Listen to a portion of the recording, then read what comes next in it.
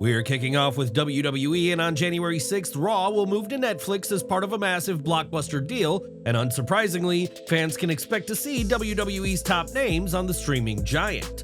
For years, Roman Reigns has dominated SmackDown, but fans can expect the OTC on Raw for much of 2025, according to WrestleVotes Radio. They report that the current plan is for Reigns to appear on Raw more than SmackDown for at least the start of 2025, after the Red brand debuts on Netflix. While there's no confirmation of an official change to the roster, WWE's idea is for Reigns to be on Raw through major events like the Royal Rumble and potentially all the way to WrestleMania. Netflix is clearly confident in Reigns to be able to bring in viewers and solidify Raw as their top-tier show on the streaming service. As the report says, Netflix knows what he brings to the table. Despite this shift, it's previously been reported that Reigns will remain part of SmackDown, meaning fans will get to see the former Universal Champion across both brands. Despite his part-time in-ring status, fans will see plenty of Reigns in 2025, with audiences speculating as to how his involvement will shape Raw stories and rivalries in early 2025. Fans outside the US won't just receive Raw, but SmackDown and NXT as well, and this week it was shared that audiences will be getting even more than that. The Netflix UK Twitter account has confirmed these three shows are coming, as are monthly PLEs, as well as select programming and historic PLEs from a back catalog. As for how many old events make it to Netflix, that remains to be seen, but expect to see Roman Reigns as part of this historic catalog of content. Do you think Roman Reigns' increased presence on Raw will boost WWE's Netflix era?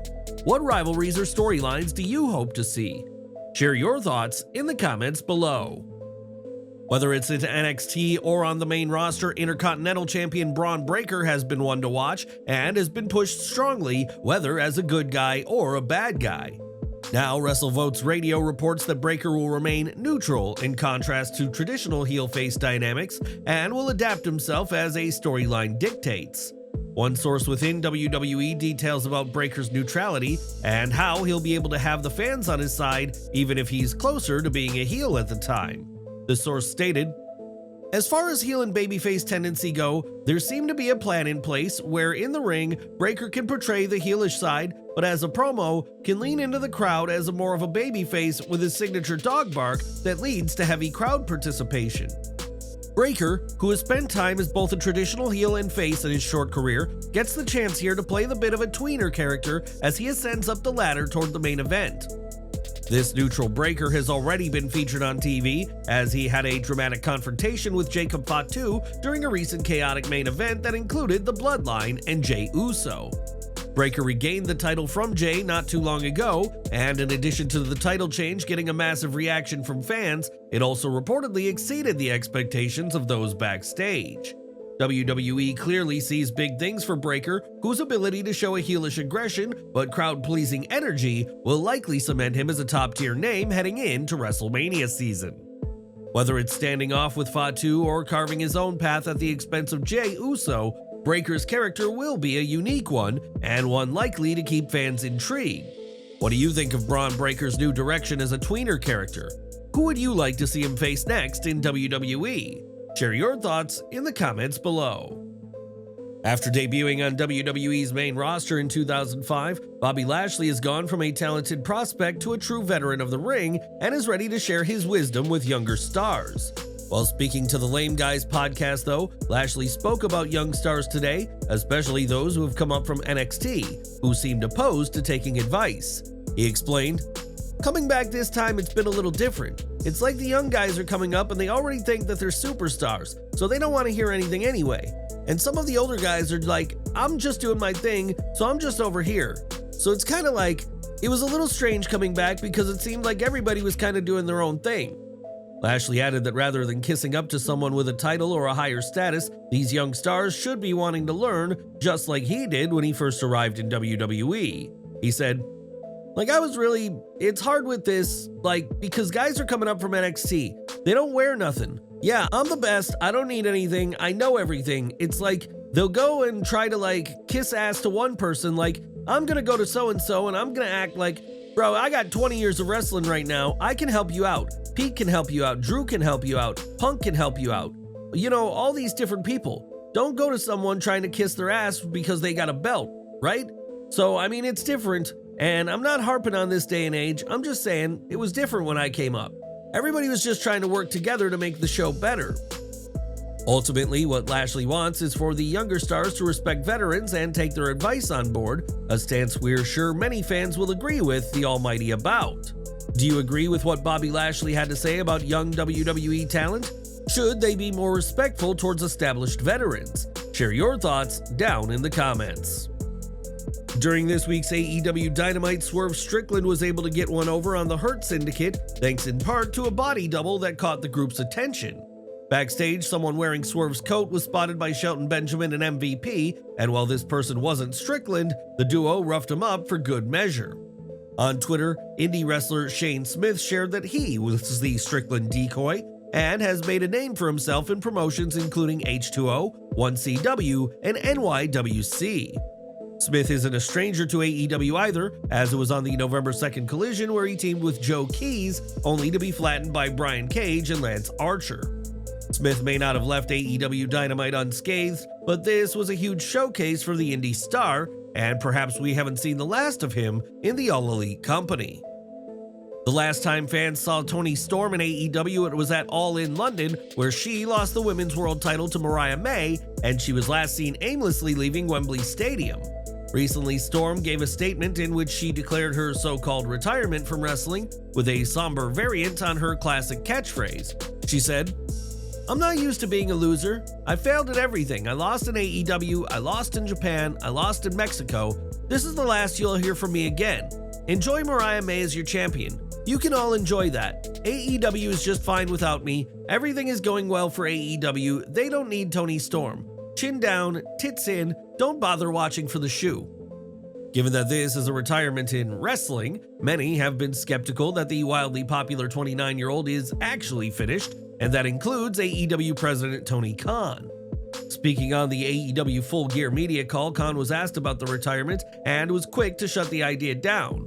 He said, "Timeless Toni Storm has been a great world champion for AEW. I think reports of her demise have been greatly exaggerated. I still expect Toni Storm will have a great wrestling career, but she's really struggling clearly with what's happened.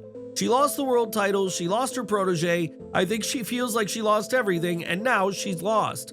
I hope Toni Storm can find herself and come back to us in AEW because Timeless Toni Storm is a great part of AEW." Some have speculated that Storm's return could be as a new character, or at least a development of her Timeless persona, but this remains to be seen. Are you buying that the former Women's World Champion is gone, or do you expect her to be back when the time is right? Who should she feud with if so? Share your thoughts down below. It was in December of last year that Charlotte Flair suffered tears to her ACL, MCL, and meniscus, and she's been on the road to recovery since having knee surgery in January.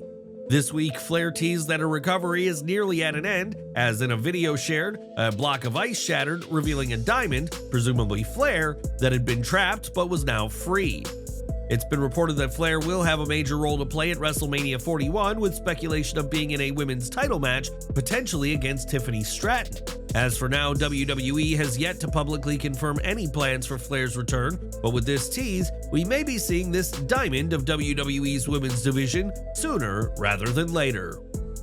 Speaking of missing female talent, Becky Lynch finished her time with WWE earlier this year, but fans are eager to see the man come around in the near future. This week, the Bridge Athletics account shared a photo of Lynch and her husband at their training facility, with fans immediately speculating that this is a sign of a return. Lynch clearly values fitness and keeping her body in great shape, and is Lynch keeping her body in ring shape? Time will tell. In 2024, Liv Morgan has made it her mission to take everything from Rhea Ripley, including the Judgment Day and her daddy Dominic Mysterio. Morgan also holds the Women's World title, a title Ripley held for over a year, but despite all this success, it seems Mommy is still living rent-free in Morgan's head. Speaking to WWE Deutschland, Morgan spoke about many topics from her career and life, but at the end, got offended and went into a rant about her former friend turned bitter rival. "I'm above Rhea Ripley level. Rhea Ripley is not on my level. Just because she did one more interview than me doesn't mean that the substance of her interviews were on my level. I'm sure if you go back and you want to pick these interviews and decipher who had a more powerful interview, who had a more influential interview, it would be me, even though I had one less than her. That just speaks to my power and how powerful I am. She needs to get on my level. Morgan and Ripley will collide next weekend in War Games, and the pair came literally face to face on this week's Raw as Rhea headbutted Liv during her epic return to the show. But who do you think is the better star? Has Liv had the better 2024, or has Mommy emerged on top despite having to miss time due to injuries? Share your thoughts in the comments. WWE 2K24 was released earlier this year, and it has certainly lived up to expectations in a big way already. Being an annual series, fans are already excited for an announcement for WWE 2K25, and now the game's current development status has been revealed. WWE 2K24 has been getting tons of DLC over the past several months and constant support, as the developers have made it clear they wanted to support the game as much as possible, but fans are more than ready to move on to WWE 2K25. According to Mike Johnson of PW Insider, development for WWE 2K25 is already in progress, including motion capture work. However, fans shouldn't expect any official announcements or updates about the game until after the new year. It remains to be seen if 2K25 will introduce significant changes to the core gameplay, especially since many fans believe WWE 2K24 came close to perfecting the formula. Are you excited for 2K25's impending release? Please share your thoughts and feedback in the comments section below. We have some worrying news now, as popular indie star Robert Martyr was involved in a car crash. Martyr took to X and revealed that the crash occurred when another driver sped up to block him from merging during a legal right turn, and stated that his car was likely totaled, leaving him devastated by the damage. Despite the severity of the crash, Martyr assured fans he was okay after heading to the ER, where he feared a possible concussion, but was relieved to escape without major injuries. In an emotional post, Martyr shared that he woke up inside his car after the crash, reflecting on how close he came to death, saying, "I should have died that night, but I didn't." While he admitted that he wasn't feeling great, he reassured his fans that he would recover and be alright. This marks another car-related incident in the wrestling world this year, following former WWE star Joseph Connor's accident in July. Despite the scare, fans are relieved that Martyr survived and hope he never faces such danger again. What are your thoughts on Robert Martyr's experience? Share your well wishes and reactions in the comments below. After appearing in the crowd at Stand and Deliver, Giulia officially made her NXT debut at No Mercy and has quickly asserted herself as a top name in the Silver brand's women's roster. Before joining NXT though, Giulia built her name in Japan, where she competed for New Japan, Marigold, and held both the Wonder of Stardom and World of Stardom titles. Giulia's move to NXT has seen her leave Japan behind and start a new life in the US, but this transition has been difficult, as she told Bully Ray on Busted Open After Dark. "It's very difficult to me, so hard, but I like it. I'm improving at wrestling. In Japan it's very different. Here the TV show is very important. In Japan there is no TV program. The audience is also different. The Japanese audience is quiet, they are respectful and serious. American fans are more enjoyable, entertaining, and exciting." When asked if she enjoys the entertainment aspect of wrestling, Giulia responded with enthusiasm that, of course she does, adding that she loves America. Giulia's next match in NXT will come next week and see her face former Women's North American Champion Kalani Jordan in an Iron Survivor Challenge qualifier match. We'll have to see how Giulia fits into the groove of things in NXT, but she's off to a strong start, and fans are hoping to see gold adorn the waist of the beautiful madness soon enough. On the March 12th edition of NXT, Trick Williams and Lash Legend made headlines when they locked lips, revealing their relationship on the show and surprising fans. While speaking to 10 Count Media, Williams discussed his personal life, saying that there's some things he likes to keep private, especially when it comes to his relationship. Williams wasn't sure at first about mixing his personal life with business, as he was wary about sharing something so important to him with the public. When the idea of the kiss was brought up, Trick was hesitant and spoke with CM Punk about working a storyline with a real-life partner, as Punk had done with AJ Lee.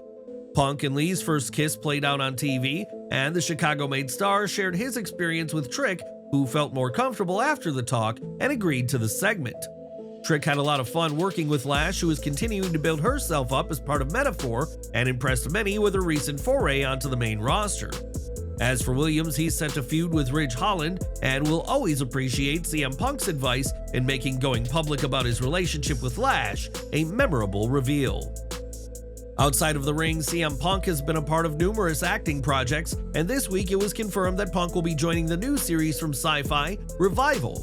The show, based off the Image Comics run, is about people coming back from the dead, but aren't coming back as brain-eating zombies, but rather as relatively normal individuals.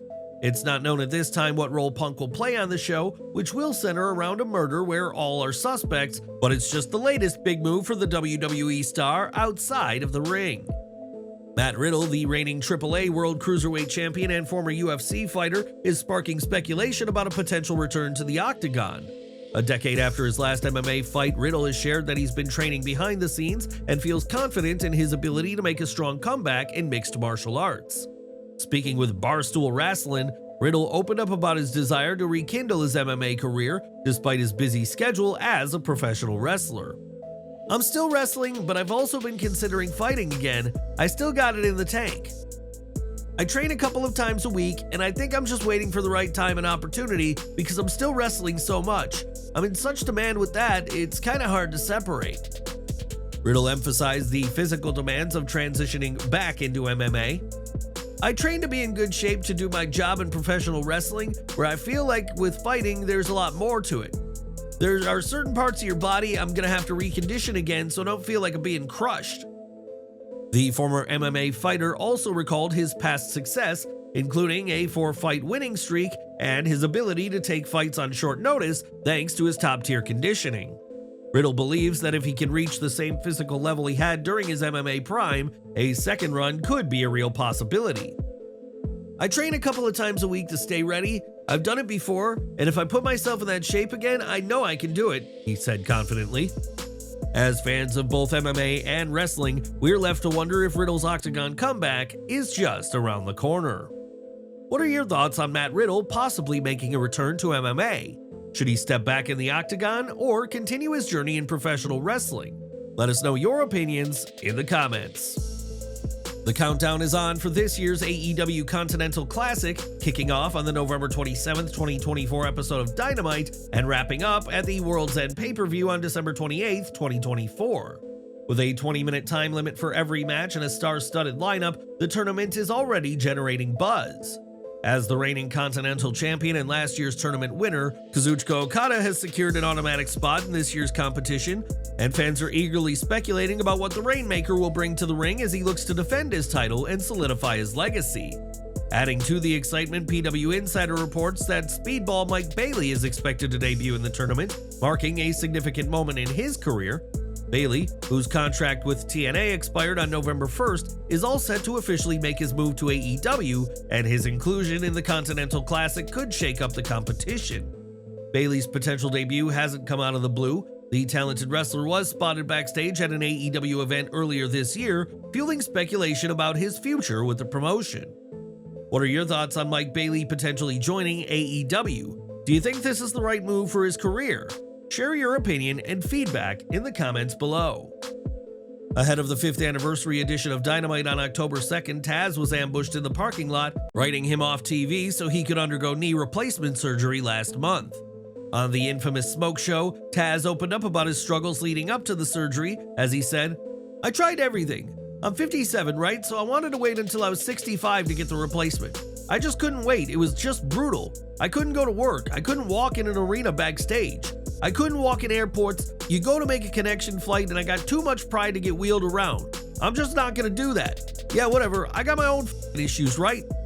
Despite initial nerves, Taz shared he's optimistic and is already experiencing significant relief, as he said, "The knee replacement thing, I'm recovering. I'm doing a lot of physical therapy now, 3 days a week. I do a lot of home therapy too.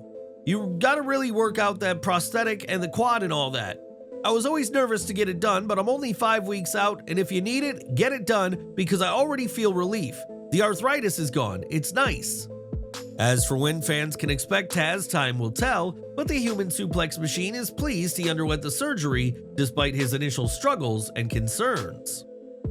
If you've seen Adam Sandler's The Waterboy, you'll know that Paul Wight plays the fictitious wrestler Captain Insano, and recently Wight returned to the role at the CMA Awards. Wight, or should we say Captain Insano, lifted Bailey Zimmerman during his performance of New to Country in what was certainly a surprising cameo from the former WWE champion. And we're ending today with Saraya, who last competed on the October 8th episode of Dynamite, and fans have been eager to see what's to come for the former Women's World Champion. This week, Saraya took to social media to tease a major change in her future after a fan shared footage of her on the red carpet at the 11th Annual Reality Television Awards. Teasing big things to come, the British wrestler told fans to wait until this version of herself is back on AEW Dynamite, though stopped short of saying when that would be. Saraya's character has already seen changes in AEW as she arrived as a face and had the fans on her side when she was able to wrestle once again after a nearly 5-year hiatus. Saraya would later turn heel, but was given a hero's welcome at the AEW All-In pay-per-views in London and has been aligned with Harley Cameron as of late. Now fans can await a new side to Saraya to make itself known on Dynamite, and what new take on the British star's character do you want to see? Share your ideas in the comments section.